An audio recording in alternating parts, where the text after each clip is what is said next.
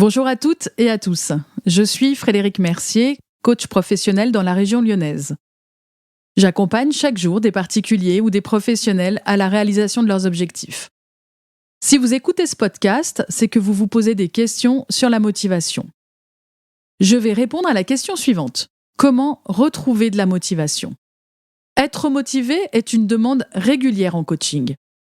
Le coaching, c'est surtout un accompagnement à la motivation puisque l'on travaille sur un objectif, un projet, un changement. Votre motivation est personnelle, intrinsèque. L'extérieur, les autres, peuvent favoriser votre motivation, votre implication, mais c'est bien vous qui avez le pouvoir d'être motivé. Certaines motivations répondent à une envie, donc plus éphémère, moins durable, ou bien sont en lien avec les autres, la société. Je veux être reconnu et apprécié par les autres. Retrouver sa motivation, c'est réfléchir à ce que j'aime faire, à mes talents et mes valeurs. Dans le questionnement sur le travail, j'entends souvent que les autres, mon manager, dirigeant, associé, ne savent pas me motiver. Bien sûr, c'est important de sentir l'enthousiasme, l'influence des autres, mais c'est bien vous qui trouvez de la motivation à agir. Dans mes accompagnements, c'est bien sur une stratégie de motivation durable que l'on travaille. Si vous avez un nouveau projet, travail, entrepreneuriat, ou un changement à faire, surmonter votre stress, prendre confiance en vous, améliorer votre concentration, vous cherchez à travers la motivation la réussite. La motivation n'est pas la réussite, c'est l'énergie que je vais mettre à agir. Sans motivation, mon objectif risque d'être plus difficile à réaliser. La motivation trouve sa source dans nos buts, où je veux aller, nos valeurs, pourquoi je veux y aller, et les émotions. Plus je suis heureux et épanoui, plus je prendrai du plaisir dans mon changement. J'ai remarqué avec les personnes que j'accompagne que leurs demandes ou leurs objectifs sont souvent liés uniquement à un résultat. Il est alors intéressant de travailler la motivation à chaque étape. C'est un gage d'endurance. Chaque moment, étape, est aussi importante. Le temps est une forme de motivation. C'est en voyant mon évolution que je continue à être motivé. L'autocritique n'est alors utile que si elle est constructive. Reconnaître mes réussites, avoir la gratitude de chaque instant. Mettre en lumière ce qui est positif à chaque moment. L'écrire, le partager sans culpabiliser d'un manque d'humilité. Je vous partage quelques clés pour améliorer et retrouver de la motivation. La première clé, c'est trouver un motif à son action qui sera mon focus. Si je décide de changer de travail, de plus m'affirmer dans ma vie, quel impact positif cela aura sur moi ? J'ai souvent remarqué que l'on perd sa motivation à la suite d'un blocage mental ou émotionnel, un événement particulier qui a créé de la souffrance. Par exemple, vous avez ressenti de la honte dans une situation ou bien de l'humiliation. Vous avez décidé de changer, mais vous n'avez pas réussi. Vous en avez parlé à tout le monde et vous avez ressenti de la culpabilité. Définir le sens de votre action vous permettra de vous recentrer et de retrouver de la motivation. Ce n'est pas la façon de faire les choses, mais pourquoi on le fait qui permet d'être motivé.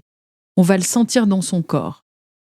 Si vous préparez un concours ou un entretien, c'est aussi pour trouver une activité qui correspond à ce que vous aimez faire, à la vision de votre contribution à un projet, une entreprise. Et ensuite, vous serez prêt à réfléchir à quel comportement adopter, à vos capacités, à ce que vous devez apprendre ou désapprendre. La deuxième clé, c'est de mettre en lumière ce qui me convient aujourd'hui et ce qui ne me convient pas. Cette mise en lumière permet de poser les choses clairement.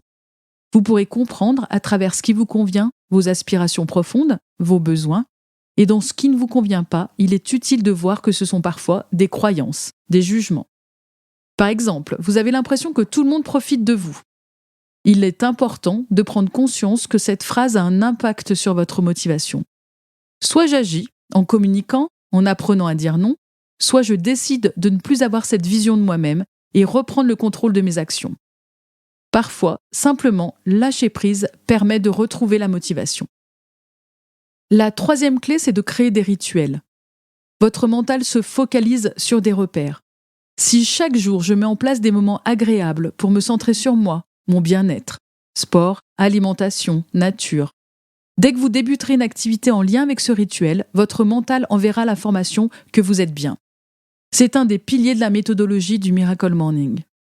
Dans ces rituels, on peut aussi évoquer les valeurs. Si chaque jour vous mettez en place des actions vous vivez des moments en accord avec vos valeurs, vous allez, de manière autonome, augmenter votre motivation.